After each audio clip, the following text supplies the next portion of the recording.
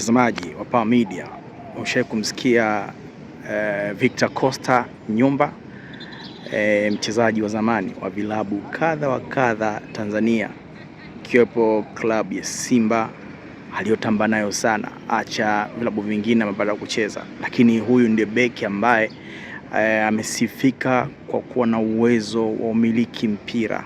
Victor Costa Nyumba ma control.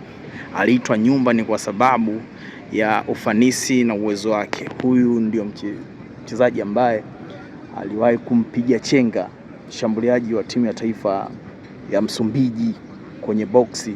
Naikumbuka Msumbiji kina Tiko ambayo Maximo alikuwa sehemu ya kikosi cha timu ya taifa ile, ambayo Tanzania tulikosa nafasi ya kwenda kwenye mashindano makubwa AFCON kwa bahati isiyo kwetu, kwa nafasi ndogo sana. Sasa Victor Costa ndo huyo. Ukiwataja mabeki bora uliopata kuona kwenye mpira wa nchi hii, basi Victor Costa Nyumba hapasi kuwepo, hapasi kuto kuwepo.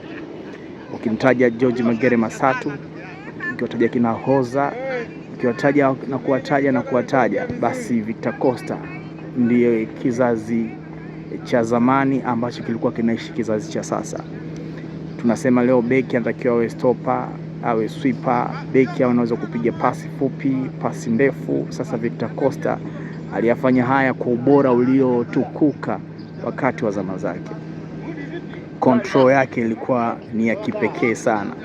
Mfano mdogo ni sana kusema miguu yake kama ilifungwa biriji. Kwa mafundi ujenzi wanaelewa neno biriji lina maana gani. Alafu alikuwa na kimo hapa, akiwa ameshapumzika mpira, maana yake ameshastaafu, anacheza mpira wa mazoezi timu za veteran, lakini kimo chake wakati wa ubora wake kilikuwa cha ajabu sana. Fit, alikuwa bora kwenye kila kitu. Huyo ni Victor Costa Nyumba na Mpoka. Mimi ni Isike kutoka hapa uwanja TRA, tunaangalia Bonanza.